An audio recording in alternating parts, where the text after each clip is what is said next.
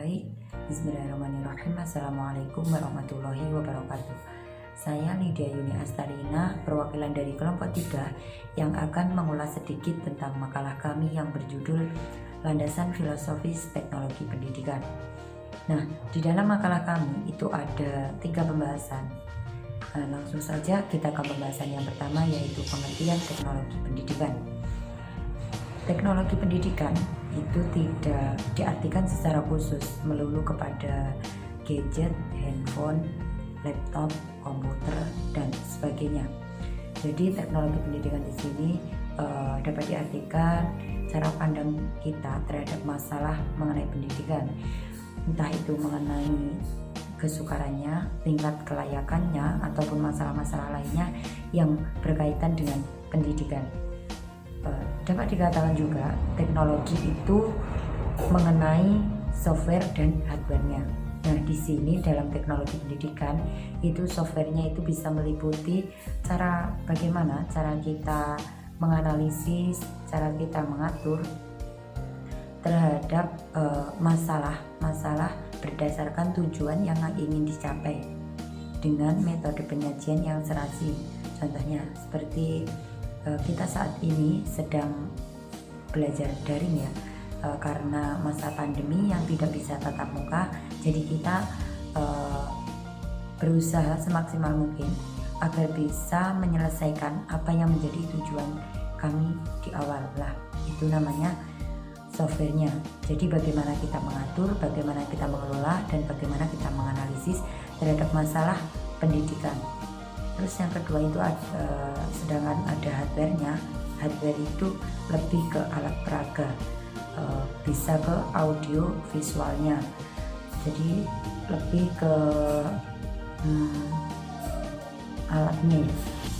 alatnya seperti saat ini kita menggunakan Classroom, WhatsApp, apalagi e-learning dan sebagainya. Nah, itu namanya hardware-nya, jadi perangkat kerasnya.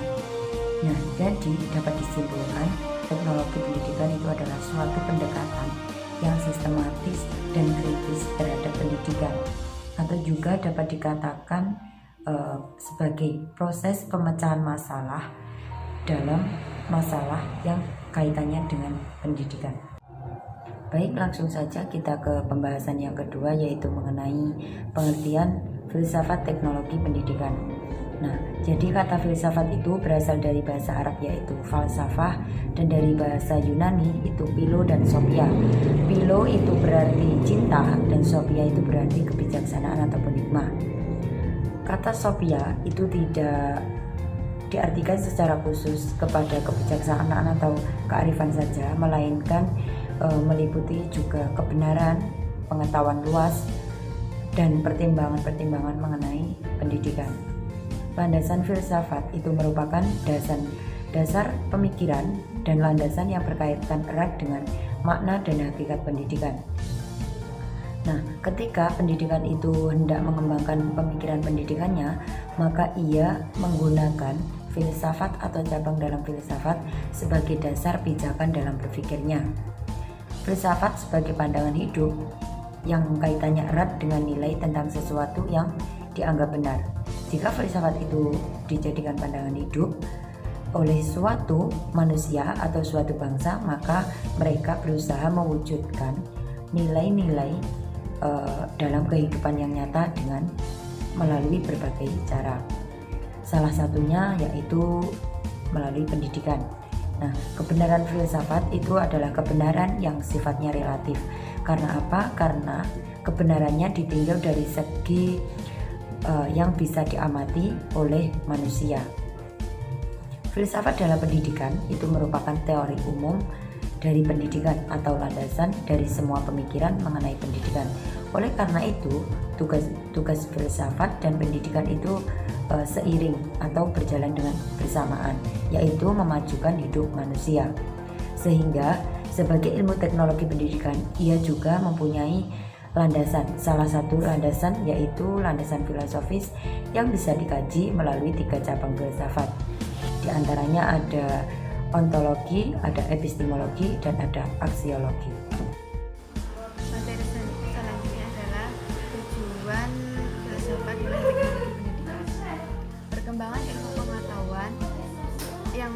saat melalui proses pendidikan bersama dengan penelitian melahirkan teknologi. Teknologi diterapkan dalam segala bidang kehidupan, salah satunya itu bidang pendidikan. Teknologi pendidikan beroperasi secara integratif, yaitu secara rasional berkembang dan terjalin dalam berbagai bidang pendidikan. Dapat disimpulkan bahwa tujuan filsafat dalam teknologi pendidikan yaitu dapat meningkatkan produktivitas pendidikan dengan cara memasyarakatkan pendidikan yang sifatnya lebih efektif dan efisien. Tujuan yang kedua yaitu memberikan dasar yang lebih ilmiah terhadap pengajaran dengan cara perencanaan program pengajaran yang lebih sistematis. Yang ketiga, dengan sebagai patokan pembenaran yang sifatnya lebih mendalam. Sekilas ulasan dari kelompok kami, pada kurang lebihnya kami mohon maaf. Wabillahi taufiq wal hidayah. Wassalamualaikum warahmatullahi wabarakatuh.